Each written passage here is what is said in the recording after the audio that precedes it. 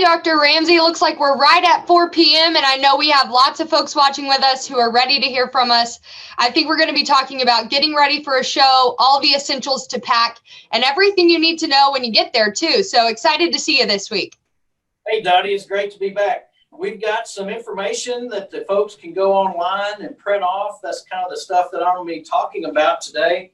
And it's just kind of a little checklist of information that we have for you that we put together going to the show, and then just a little checklist of what you need in the show box. And then I also have on there a little card that's worked really well for us, and we'll talk about it here in just a little bit. That's got times, places to record weights, how much you feed, when you feed, and all those kind of things. We're going to talk about that here in just a little second.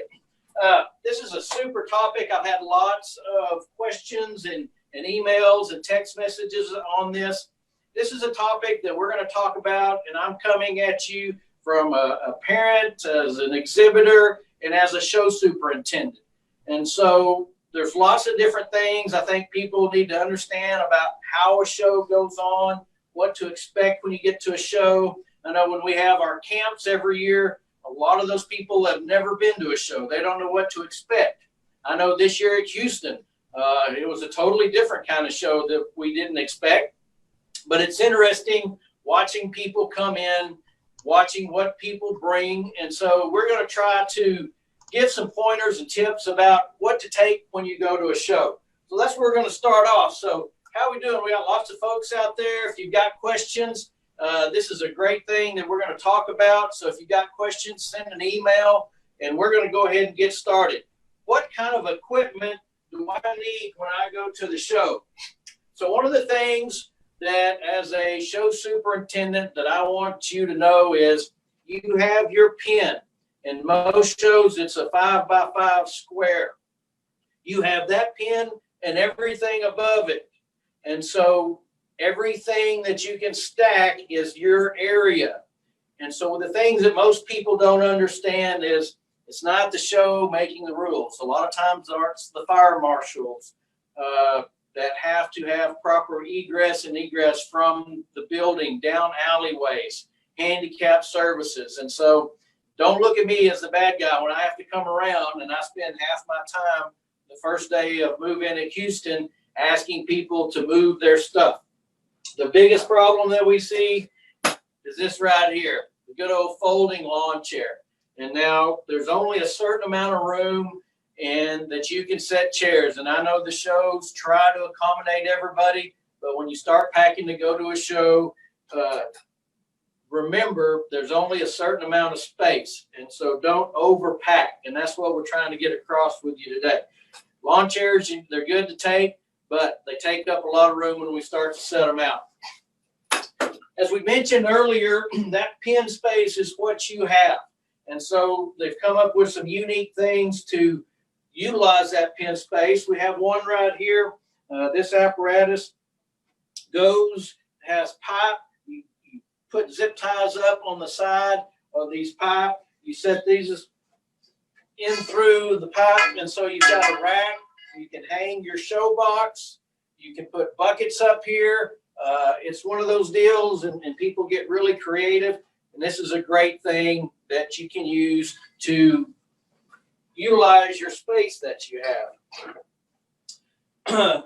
Another one that we like to take was a board. And these boards, we can get the dimensions for you. They're about 6.5 foot long, so they'll fit on any pin. They can overlap. You can cut them and make them whatever length that you want. But they're very sturdy, and so you can set show boxes, you can set buckets, you can set everything up here, and the animals can't get to it, and you can get a lot of good space out of this, ice chest or whatever. So here's one hint right here.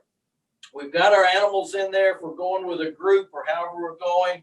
Always remember, if you want those lambs to lay down, we're going to have to find another place for our ice chest, because that's one thing that I see people doing. They're worried about their lambs. Okay, when those lambs finally lay down, here comes somebody in to get a drink or something out of an ice chest. So that's something to keep in mind.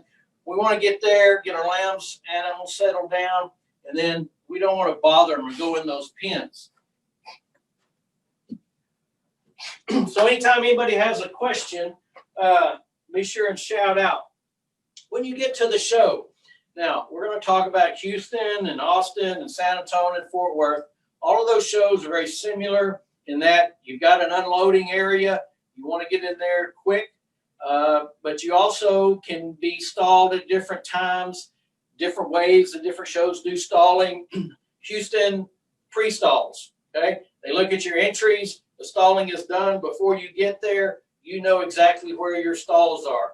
Fort Worth, when you get there, when you check in, they're going to assign the stalls. Have already been assigned. They'll give you the stall assignments. Houston and Fort Worth are both based on your county.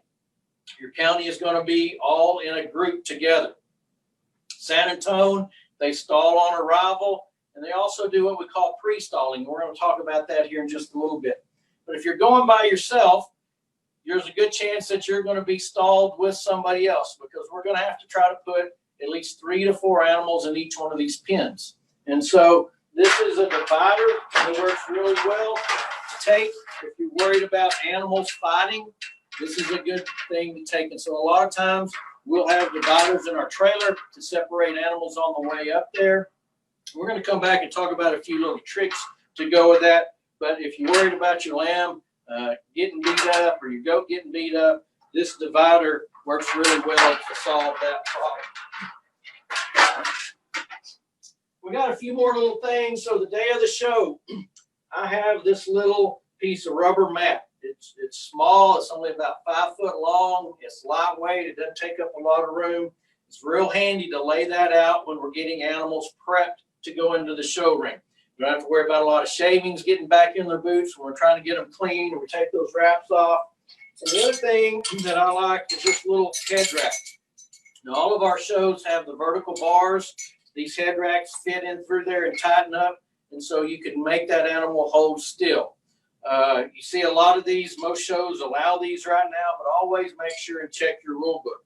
These two are very handy for getting those lambs ready. The problem is this, is you want to try to set this up in your pen. One problem that we had at Houston this year were people setting these up in the alleyway where people are trying to walk.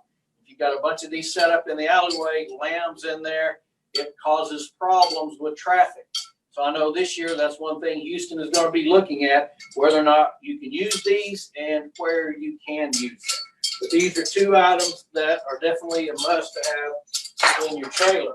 Make things a lot easier.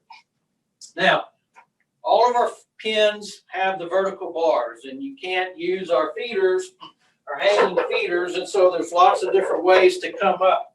And so you can have just a regular low piece of welded wire panel that you zip tie to the fence and hang your feeders on. This one's a little fancier. I like this one because I can set it over the gate, and then I can hang my feeder on it, and I can feed 2 lambs at a time. One on the outside in the alley and one on the inside in the pen. It hangs down, and so I can feed lots of different types or heights, from a heavyweight, medium wool to a lightweight south down. And so my panels go low enough to accommodate that. And then again, just a simple small feed trough, right? The key is packing light, okay? Packing light. Now, a couple other things that we're going to talk about. Feed. I can tell you, I don't know how many examples this year at Houston, I see people pulling a cart with an 80-pound bale of hay on the cart and a 50-pound bag of feed on the cart and 20 gallons of water.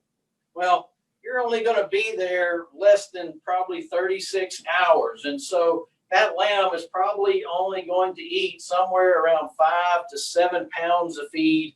He's not going to need a whole lot of hay. So pack light. Remember, space is at a premium at our major shows. And so when we went to a show, I would have a bucket, 2 buckets. One has hay, one has feed. That's enough feed and hay for several lambs for 3 days that you're there. Most of them are not going to be there that long. And so the beauty of this is you're using a board. These stack easy. They're easy to get out of the way. And if you've got an animal on the other side that's a little bit inquisitive and he knocks it over, he can't get into the feed. And so we had a couple problems this year at Houston that people had a feed sack full of alfalfa hay on a rack, and somebody's lamb jumps up, gets the feed sack knocked down, you know, doesn't have a muzzle on, or he chews a hole in a muzzle, or regardless if he has a muzzle on, you don't want that lamb you've been working with, all of a sudden there's a bag of hay in his pen that he has access to and he can't get it. He's going to go crazy trying to get it. And so we want to make sure we have our feed areas secure on our boards or on our racks, and we have our feed containers secure, feed and hay. So these work really well for that. We got any questions out there? I know there's lots of neat ideas. And so when you're going to these shows, look around. People get really creative. And so it makes it really fun to go around and get new ideas each year. And so as we go through here, the other thing let's talk about just a little bit, and this information is online, is what's in the show box, okay? What are we going to take for a show box? Now, I'm a pack rat. I like to take lots of things, and if you go to my barn, you can see the evolution of the show box because I have every size. I started with a big one, and by the time I got it packed, you needed a forklift to load it. Over time, I've learned that you don't need all that stuff, okay? So my rule of thumb, this is the smallest show box that they make. I can pick it up with one hand. That's everything, probably more than I need. And so I've got you a list on there, but we're going to run through here real fast. Just a few simple items that we'll talk about. Need towels. Always good to have towels. We've got a water bucket. Now, it's really important to read the rules because most shows are very similar in what you can and cannot bring and do, but they all have some little specifics. At all of our shows, we need to be able to use a drench gun to get fluids in these animals, okay? And so I see a lot of people packing water. When we go to a show, I carry this jug with water from the house that those animals are used to, but this is what I use in the trailer, okay? Dr. Ramsey, Dottie has a question. Sure, Dottie, got a question? Yeah, we do have some questions coming in. We have a lot of folks joining us. Real quick, you know, we asked folks to let us know where they're watching from, and we have folks watching from Cleveland, Crowley, Texas, Wiley, Texas, and even from Montana. And I know there's lots more watching along. So real quick, I just want to remind all those watching, you know, go ahead and share this video on your timeline so that your friends can see it and, you know, more folks can watch along with us and learn all these great tips and tricks. Real quick, Dr. Ramsey, before we get into the rest of what's in the show box, you've already talked about quite a bit of supplies, you know, between all this stuff outside the pen, all the stuff in the show box, the feed, the hay, all of that type of thing. Can you speak a little bit to the importance regarding space in terms of maybe consolidating some of that with the folks that you're hauling with? That's a great question, Dottie. We're going to talk a little bit about that when we're getting ready to go to the show.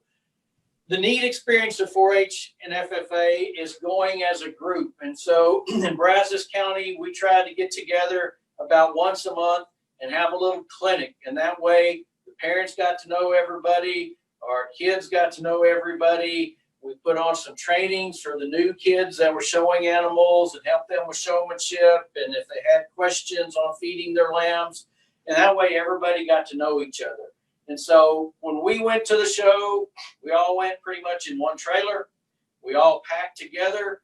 And so, you know, this bucket of feed right here, I was in charge of bringing feed. That's enough feed to feed about 10 lambs during the duration of the show. Somebody else brought a bucket with alfalfa hay in it. And so we combined everything, and we maybe only had a couple different show boxes that everybody used out of. And so that made it a lot easier. It's a lot more fun to go with a group, and that way you're not making everything double, okay? You're not bringing double the feed, double the hay, double the amount of show boxes or all that. So that's a good thing that you can do is everybody get together and consolidate as much as possible. Because by the time you get there, we're going to go on a Monday, and we're going to get in Tuesday morning. We're going to turn in weight cards on Tuesday. and a lot of people are going to be showing on Wednesday and going home. The next group is on Thursday. So you don't need as much stuff. And as I talk to the different show managers and as a superintendent at the Lamb Show at Houston as well, man, that's my biggest problem is people bringing too much stuff. So great, consolidate all you can. Any more, Dottie? That's a great question. Keep them coming. So yeah, we'll have, our folks are going to keep them coming. I know they will. They'll have some great questions. So let's keep going in that show box and hear what you have to say about all the supplies we can bring. So we talk about consolidating. One thing is clippers. And so you need to check the rules. Most of our shows will allow you to use electric or battery operated clippers. And so you can't take anything that plugs in, but we have different battery operated clippers that you can do touch-ups on the boots and those, these little kind of clippers. I carried a pair of these made by Provado. They're really neat electric clippers. So if there was a little spot that you needed to touch up, which I like doing boots, it's just personal preference with these bigger set of clippers. And then if you can't, use those battery operated clippers. And if you just need to make a little trim, these little handheld clippers that you can order are very handy to have around, okay? I like using these. It's kind of a lost art using these. So we talked about our towels. We've got our bucket. Now I've got my coffee can, my 1 pound coffee can. I use this religiously. I know exactly how much a pound of feed. This will weigh a pound with our feed. It weighs 2 pounds full of water. And so when I'm tracking and keeping record of all those different amounts, and I normally add several of them depending on how many lambs, I mix up my drench because we're going to have to go to the wash rack. So I've got my coffee cans, I've got my drench gun, and we mix it up and we go to the wash rack. The other thing that we'll always take with us when we go is a little short water hose. And I like to use these water filters, okay? And so I was kind of skeptical of these for a long time, but the more you're around, you're going to have a lamb one of these days that has an allergic reaction to something, whether it's the chlorine in the water or something. These really help as far as keeping their skin dry, okay? They get a breakout and get highs on that skin, you're in big trouble. So always kept that filter and a short water hose. The other thing that we'll have in there, and everybody has got different types of products that they like to use. You got your good old pump up sprayer, okay? What are you going to put in that? There's lots of different products that they make out there. Silk. One product that I like to use is mane and tail as a conditioner. Mix this with some water to put in my pump up sprayer and spray those lambs on. There's lots of different products available. There's waterless, easy clean shampoo. It's great to have. It never fails. Just time you get that lamb ready, somebody touches him with dirty hands or another lamb jumps up on him. And if you got a towel and it's easy clean, you can get him cleaned up really fast. There's lots of different shampoos available out there. If we're going to a major show, that show is terminal, I'm not worried about fungus. And so, one of the different products that I like to use is Suave. It's a mane and tail. It's cheap. It's a conditioner, and it makes that wool really pop and feel nice and soft. That's especially important, that softness and handle, if we're feeding our fine wools and fine wool crosses, where they're going to look at that feel on that britch to determine classification. Another product that a lot of people like to use, especially on fine wools and crosses on their faces, is Cornhuskers lotion. Makes them feel really soft and silky. Always have a little bit of insect spray. And this is mainly to keep the pest off, because we don't want to get out there in the show ring and all of a sudden that one fly that's buzzing around decides he wants to land on your lamb, and he starts biting him, and that lamb or goat starts jumping around. It's one thing that we want to be prepared for. Just some different other types of products. Freshen up, and always check the rules, because lambs and goats are different. depending on what you can use. Some shows you can use products, some shows you can't use products. Some shows you can use products as long as they're clear and they don't wipe off with a color. So always make sure and read the rules. Always make sure I've got some mineral oil in my show box in case something wants to bloat. If I'm trying to, get him cleaned out, he's got too much belly on him, I want to make sure I've got some mineral oil. And then to go with that mineral oil, I never like to give it straight. I always like to put something in there that adds some flavor. And so that's where your drenches will come in. There's lots of different drenches. The main thing you want to do is learn how to use that drench. Use it during the summer jackpot shows when you're going to shows. How does it work on your lamb? There's lots of different drench products available out there. Basically they're all sugar and protein, and so whether or not you want to use just straight dextrose and amino acid kind of concentrates and mix your own. Dine is one that a lot of people use. It's high fat, and so you want to be very careful when you're using this product. Is you don't want to give that lamb the scours, and you don't want to mess up his rumen. And so it's very important that you start off slow on these products and work them up. And then there's other drenches that you just buy, open the bag, mix it with water, and it's ready to go. And so for the novice folks, that's an easy way. Always have a little bit of Corona ointment in here. I like this. It's pretty much lanolin, and that's the natural protective covering on a sheep. And so if I get a cut or scrape or something, I can put a little bit of that on him. Disinfectant wipes just to keep everything clean. And those are kind of the big ticket items that we talk about in our show box as far as supplies. Now, you can't get everything in here. There's a few little things that I like to keep in here. One, we're going to have a book to keep records of our weights, how much we're feeding. Again, I've got more towels. We've got our brushes. You want to make sure these brushes are really soft. You want to make sure they're clean from one show to the next. You can't go to a show without having you some zip ties. That's pretty much what's going to hold everything together, our racks and everything. And it's a lot easier to use zip ties versus wire. The stock shows would rather you use zip ties because zip ties don't chip the paint on their panels. When we go to the wash rack, I like to take this little nozzle. It has lots of different settings on it, and this trigger, it works really good when we're going in there and rinsing those lamps, which we're going to do several times during the day.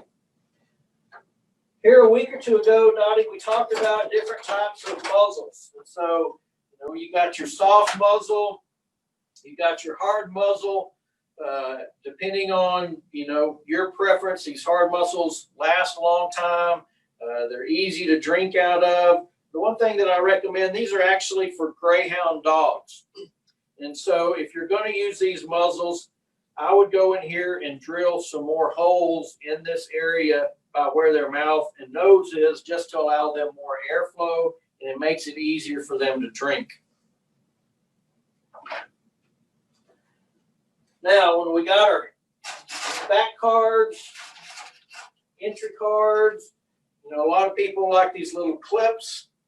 I keep a box of safety pins in here because it's hard to remember to get these back. We bought 20 or 30 of these. I think this was the only one I could probably still find in the show box. When we get to a show, what are the problems that you can run into? Well, I can tell you, if you do this long enough, you're going to have a lamb that has some type of allergic reaction with its skin. One of the things I keep in my show box is this Aveeno eczema treatment for babies. You mix it up in a bucket of water, and it makes like a little soupy paste. Rub that all over their body, and it's the best thing for taking that inflammation out of their skin. Now, whether or not that comes from the water, whether or not it comes from a reaction to the shavings, a reaction to some show product that we put on there, I can't tell you, but you're going to have a reaction, so be prepared. The other thing that you see a lot of at the shows, when people overdo drenching and those animals are not prepared or they're not used to having that much drench and sugar in their system, is they're going to get scours. And so I keep this little bottle of nutmeg. And if I get a lamb that has scours, I'll give them about 2 tablespoons of this nutmeg, mix it in with a little bit of water and give to them. And this is a natural, anti-diarrheal that'll help plug them up. And it's natural, so it won't test. You don't have to worry about any testing problems. Another product that I keep in there is ammonium chloride. And so, occasionally you're going to have a lamb due to stress, not enough water intake for whatever reason, that they may become plugged up and may be getting urinary calculi. And so I like to carry a little bit of ammonium chloride in there. Ammonium chloride, I mix it in, just a little bit of Dine and squirt it in his mouth in a syringe. And what that does is going to acidify the urine and hopefully dissolve that stone that's causing the problem. A lot of people like to use thiamine. I carry a bottle of thiamine in my show box. Thiamine has a lot of good properties to it. It has a lot of interaction of our immune system and how our brain functions and everything. And plus, show lambs and show goats need a lot of thiamine. And so a lot of people think it'll calm them down. I'm not so sure it does much calming, but it helps kind of keep everything regulated and it makes them feel good. And so I keep a little bit of thiamine in there. I've got my cards. And the big thing that I recommend is that keep you a Sharpie in here, and that way any products or anything that you buy, you can label. That way you know who they belong to. So it's always good to have the Sharpies, and of course, the good old baling wire and a little pair of pliers to do anything if you need to fix anything with the baling wire. And that's kind of what we have in a nutshell. And so another thing that I will take when we go to these shows, it doesn't take up a lot of room and it's real handy. This is what I call my backup box. Okay, so in my backup box, I've got a couple extra blankets, because you never know when it's going to get cold. It's important to watch the weather. A couple different types of blankets, these good canvas type. I like these blankets as well as these that are more the ripstop nylon. But I make sure and I have an extra blanket for that lamb, because if he rips it, if he gets it dirty, if he gets scours or something like that, you want to have a backup. So I always make sure I have a backup in terms of my blanket. I have an extra halter, I have an extra muzzle. This is where I keep my blankets, my towels, so when we go and wash, everything stays clean. I don't like being wet all day, so I've got a pair of rain pants that I keep in here for when I have to go to the wash rack. We're going to Fort Worth. Fort Worth is one of those shows that you have to put their ear tag in your animal. So I make sure that I have a set of ear tagging pliers in my show box. It just makes it that much easier. And then another thing I have, and hopefully you never have to use it, but if you get a lamb that chokes, okay, I have this little piece of surgical tubing that I carry with me at all the time. It's called my choke tube. If one starts to choke, I have it, and I can fix the lamb. If you get started choking and you got to go find one, good luck finding one in the time that you need it before that lamb goes down. And so this is easy to pack. It doesn't take up a lot of room. And the other good thing about it, the moms, it's a great place for them to stick their purses in here. And so they're out of the way. They're not up here on our show box and everything when we get started.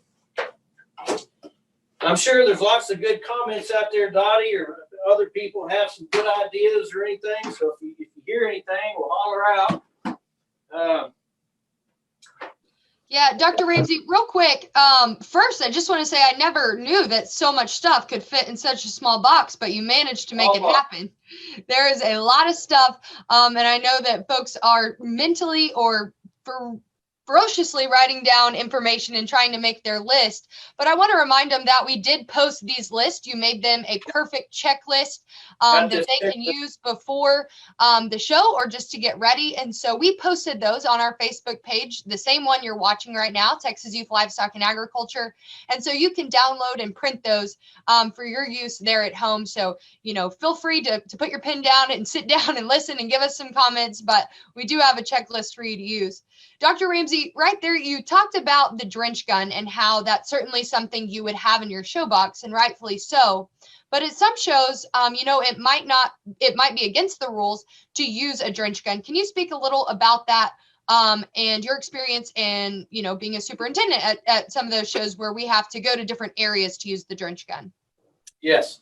So here's our drench gun. The drench gun has gotten a bad reputation, but this is one of those that's it's good and it's needed for animal health. We get to these shows and the animals are stressed. Maybe they don't want to drink the different type of water.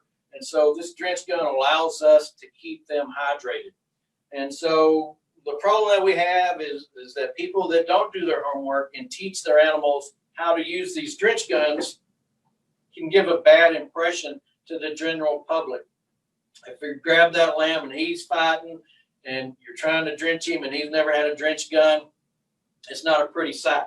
If you do your homework before, mix up a little of that Dine or some of that dextrose, go to a jackpot show or something, you know, and teach those lambs. This thing is bright orange, okay? And so after you work with those lambs and goats for a few times, when you pull this out, I promise you they're going to get excited. This becomes like a treat for them. But at most of our shows in Texas, Dottie, we can still use a drench gun, but you have to go into a designated area such as the wash rack. And so as a superintendent, it's much appreciated that you follow those rules and go to that wash rack so I don't have to deal with somebody tattling on you or something like that. And plus, I don't have to explain why we're not allowing that. So go to the wash rack, take your stuff, very simple, and teach those animals how to use this early on, and you won't have any problems with it. Because there could be a time that these drench guns are illegal, and when we have that happen, we're going to have an animal health issue. Okay, great question, Dottie. Got any more? Yeah, thanks, Dr. Ramsey. We did have a question come in asking for a little more explanation as to what you do with the tubing for a choking lamb. And so I'll let you get into that, but I think this is a good opportunity to remind people, you know, sometimes the medication, the diamond and all the different things you packed along with that choking tube can be a little overwhelming or, you know, something they might not be used to, especially for beginning showmen. And so I think it's important to remind people that at every one of our major livestock shows, there is a show veterinarian on the premise ready to help. And their numbers are posted in a number of places around the grounds. Certainly all of our superintendents are aware and can point you in the right direction, but never feel like you don't know or you don't know where to go, because there always is a show veterinarian around who can help you. Right. That's the great thing about our livestock shows. They're dedicated and committed to not only educating youth, but animal health. And so at every show, there are normally multiple veterinarians around there ready to help you at a moment's notice. And so if you get a lamb that is eating too fast, or for whatever reason, he is regurgitating some feed up and it gets hung in his esophagus, okay, what will happen is he normally can cough and try to clear that. The first thing I'll do is try rubbing on his throat and helping him clear that. You'll see them throwing their head and running backwards, and part of what they're doing is trying to clear that himself. And so I'll give him a minute to try to do that, and then if he can't, basically what I'm doing is running this tube down his esophagus. And a lot of times it'll be very sticky, and you'll see a lot of white kind of foam, and that will be what's causing the problem. It'll stick to this tube, so the tube does two things. One, that sticky fluid will attach to this tube, and I can pull it out, and I can also, if he's got an obstruction, I can push that obstruction on down into his rumen. And so, you know, it's one of those things that takes a little practice, but it's good to have around. And over time, if your lamb has never choked, when you've had him on feed, there's 99.9% chance he's not going to choke once you get to the show, as long as we're following the same routine. I can't stress that enough. We're going to talk about that here in just a minute, following that same routine. So if nobody has any questions on that, we're going to go off a little bit more on going to a major show. And that's one of those things. I've got a little checklist of things to think about of when you're going to the show. First and foremost, before you go, read the rules. Okay, read the rules. Know what you can and cannot do. Know what you can and cannot bring. Some shows you can take fans. Some shows you can't. Some shows you can use different grooming products. Some shows you can't. Some shows will have areas that you can set up what we call camping areas, where people, have a table and maybe a hot pad. Most shows have done away with those now. And so make sure and read the rules. Know what time the show starts. Okay? Know when you have to be there. And make a plan. Get with your group. Everybody is going to bring something, however you're going to travel. And I'll say, for example, if you don't like waiting in line, which you're going to do a lot when you go to a livestock show, San Antonio has what we call a premium pass. And so you have to have at least 5 animals on one trailer. San Antonio sells 40 of those passes. They're going to cost you $500. And so just a little word of advice, if you're going to try to get one of those become available on November 1st, first come, first served basis. Okay? And so that premier pass, you get there, you go straight to the front of the line. You don't have to wait in line all night like everybody else. So a couple different things that I always see and problems that I see, both as a parent and an exhibitor and a superintendent, is when people show up, we had a flat, we had a blowout, our air conditioner went out on our trailer. So those are things that you want to make a checklist and check. Make sure your tires and everything are good on the trailer. Always make sure that your air conditioner, if it's going to be hot, and most time if I've got a bunch of lambs on the trailer, it's going to be warm in there. If I'm running the air conditioner, make sure that air conditioner has been taken apart and serviced. All the condenser and the fins inside that air conditioner cleaned off. You don't want to get in a situation where you're at a stock show sitting in line for 6 hours and your AC quits working. Make sure you have your gate passes. I probably had 5 families at Houston this year that said, guess what? We drove all the way to Houston and our gate passes are sitting on the counter at home. Okay? I'm sorry, you got to go buy new ones. Know where the staging area is. Have a plan. We had numerous people called and got lost going to the staging area. We had people that got lost coming from the staging area to the stock show. So make sure you have a plan and know where you need to be. When we get in line, it seems to be more of a thing. You go down the night before, wait all night in line. That's where having a bucket of water that stays in the trailer, because you're going to have to feed and water those lambs. And the one thing we always wanted to do is we had a plan. We knew how many animals we were going to the show with. We knew how many pens we had. We knew where those pens were. And so we had a plan already of who was going to be in which pen. And so those animals, we pinned them together on the trailer. And so that way, you get to know each other. They had plenty of time to do it on the trailer. And so after a couple hours on the trailer and the trailer moving around, they're a lot less likely to be fighting. And then they lay down. And then once we get to the show and we put them in their pens, everybody's happy and they get along. And so, those are the things that you have to do. The other thing is when you're at a major show and you're waiting in line, whoever is driving, have somebody designated that is going to be in charge of the truck and trailer, probably the one driving. No license plate, driver's license number, license plate of both the truck and trailer, because you're going to need that information. And once you're in line, they will come around and give you those cards.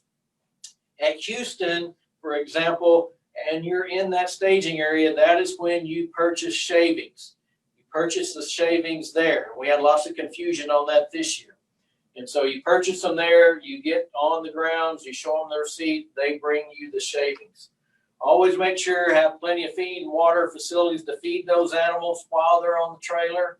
have feed and water for the humans too, because they're going to be there a while. Make sure before you get in line that you top off your gas tank in both your truck and have extra fuel for the generator. I don't know how many times I've seen people, they roll in there, they're thinking, oh, we'll be in line for a couple hours. Yeah, 8 hours later, you're still in line, and guess what? It's middle of the afternoon, it's 105 degrees outside, and you just ran out of gas on your generator. So make sure you have extra gas. So we talked about knowing where to go when you get to the show. Once we leave the staging area and we're going to the show, be courteous, okay? And a lot of times we're releasing and coming in at 4 or 5 o'clock in the morning. People have been up all night. Remember, everybody has had the limited amount of sleep, including your superintendents at the show. And so be friendly. It's a great thing. We're lucky that we're getting to have a stock show. Hopefully a lot more people appreciate that this year, since we weren't able to have a lot of stock shows. But work together. There are certain times that you can get in the barn, and there are times you can't get in the barn. And so one of the issues that we have is enforcing those rules that people don't read about. Where can you put chairs? When can I come in the barn? And so that was a major issue this year at Houston. The other major issue that I have, and we talk about being courteous, there's a lot more people in line. We're trying to get there. When we would get to the show, we had a plan. We knew where our pins were. We pull up at the barn. Everybody gets out. One group takes a load of things to get shavings in pins and get all of our tack and everything set up. Somebody else is getting lambs haltered. Here they come with the lambs. We get them everything unloaded. We're back in the truck and trailer. Somebody's assigned to take the trailer to the parking area. Somebody is going to get our passes, or excuse me, not our passes, but our weigh cards. And then the rest of everybody is getting lambs settled in and getting weights taken on those. And so, once we get settled in, then get into a routine. It was always frustrating that you see, well, I've got somebody next to me in the pen and they're feeding their lamb every 2 hours. Well, take him outside if you want to do that. There's a natural time most people are going to feed in the morning and then again at the evening. And when those animals hear those feed buckets, they're all going to get up. And so it's important to be courteous. Speaking of weigh cards, that's a good thing that we're going to talk about is filling out weigh cards, okay? Before we do that, if you want to pre-pin, so San Antonio is one of the shows that you can make a request to pre-pin. And so if you want to pin with other people, you fill this information out, get with your county extension agent or VOAG teacher. They have to fill this out and submit it. This is due January the 15th, okay? But when we get to the show, what I like to do is everybody will have the little cards, and we go and weigh the lambs on 3 different scales and find out what those lambs weigh. Also on this card, you'll see I have places, I want to know what those lambs weighed 2 or 3 days prior to leaving for the show. I want to know what that lamb weighed when he got put on the trailer. And then when we get to the show, I want to know what he weighed when he got there off the trailer. And so all of these are important weights. So I have places on here that you can record those, how much he's been fed each time, how much he weighed after he was fed. And so all of that is critical. I want to get there and weigh on 3 different scales and find scales that are very repetitive in terms of they're repeatable. So we're fortunate that we have WW Pulse scales. Those are the super scales out there. When you go and weigh your animals, we have pretty much synchronized all of those scales and calibrated them. That's one of the second things that takes up a lot of time for a superintendent is all the complaints that I get on those scales. And so at Houston, I go around and I weigh myself on every scale. This year, I weighed exactly the same on every scale except one. It was about a half a pound difference. And so when you go and weigh those lambs, If there's a problem, go see your superintendent. But most of the time, those scales are going to be right. So I find that right scale that I like is close to the pin and that I think is weighing good. And then that's the scale that I'm going to use the rest of the time for our animals. We talk about filling out cards, okay? And so this is for a lot of people that have never been here. You're going to fill out these cards, name, all the information on the exhibitor. Some of it's going to be on here. The important places that you're going to fill out is the validation number, okay? So to avoid some mistakes, here are common mistakes that we had at Houston this year. I have multiple kids, and guess what? I got the animals mixed up. Well, once you turn in those weight cards, there's nothing the show can do about that. So we want to make sure and check the validation number. On this card, I have a place for the exhibitor's name. I have a place for the validation number and the TLBA number. So all of these were filled out on every lamb when we went to the show. That made filling out these official weight cards that much easier. You're going to fill this out. Then you're going to go to the kiosk. Now, if you know what you're going to turn that lamb in, you're happy with his weight, go ahead and get in line. Don't be one of those guys that waits till the very bitter end and then have to stand in line again, okay? And so you're going to turn in one of these. It's very important when you go to the kiosk that you take your exhibitor. Let them be part of this. This is part of that responsibility and learning. But you don't want to send them by themselves, okay? And this is one of those that I'm very critical about. I'll take a couple different people just to make sure it is done right. Okay, you're going to enter the exhibitor number that pulls up their information, and on the sheep ones, it's super important that you select the right breed. And so you're going to type that in the kiosk. It's going to prompt you validation number, weight, breed, and it's going to make sure you double check those. Okay, if you make a mistake, that's okay, but you need to catch it right then. If you make a mistake, we can change it at that time. Once you leave the arena and you turn this card in, there's no changing it, right? And so I can tell you the horror stories about people that entered a lamb and transposed a number on the weight, and they didn't catch it. So that is unfortunate, and then it cannot be fixed once it goes into the system and you leave the arena. The big thing that we want to do is make sure you keep records of everything. So one of these you're going to turn in. The other half, you're going to keep one, and it needs to be in the pocket of the exhibitor when he goes into the arena. And so that way they've got everything that they need. And so a lot of this is you would think common sense, but a lot of people have problems. Once the weight sheets are out, go make sure that you find your name on the class sheet and make sure the weight matches what you turned in. Filling out the entry worksheets, okay? Make sure as you go through here and pay attention that you check market lamb, okay? And you don't get off a box and check something else. We have that happen every year. Once these entries go in, there's nothing that can be changed.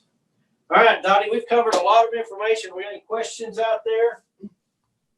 Yeah, Dr. Ramsey, we're really learning a lot of great information, a lot of tips and tricks.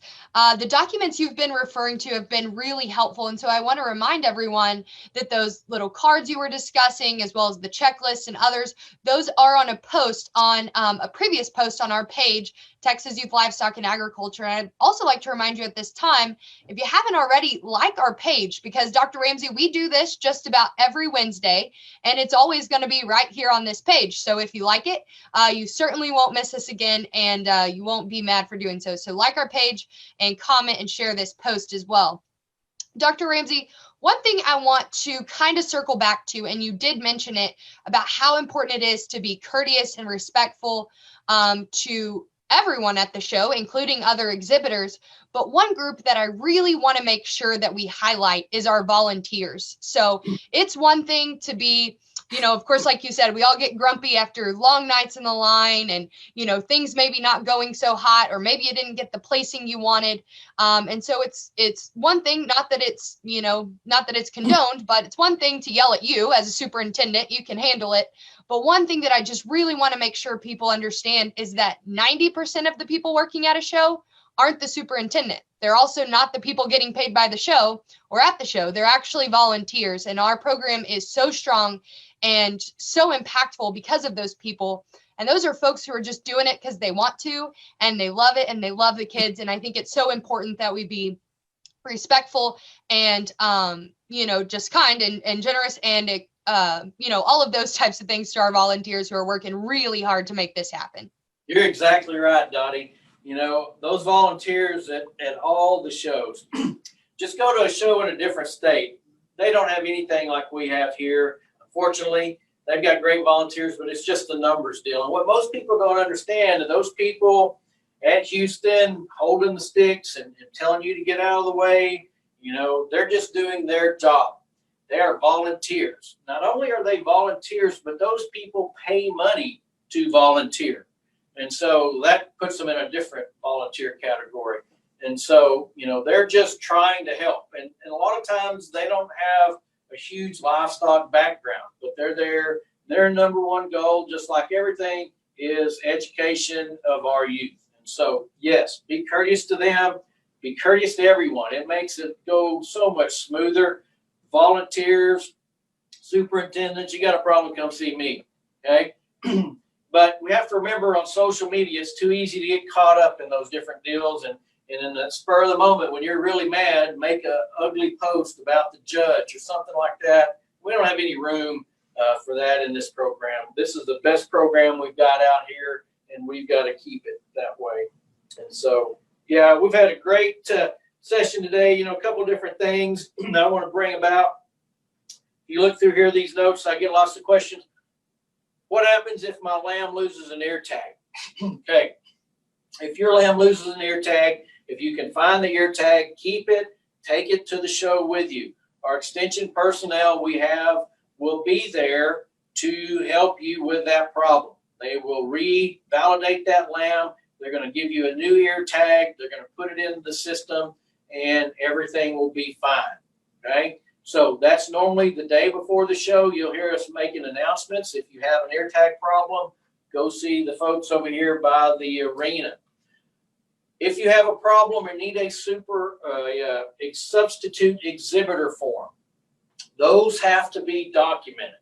Okay.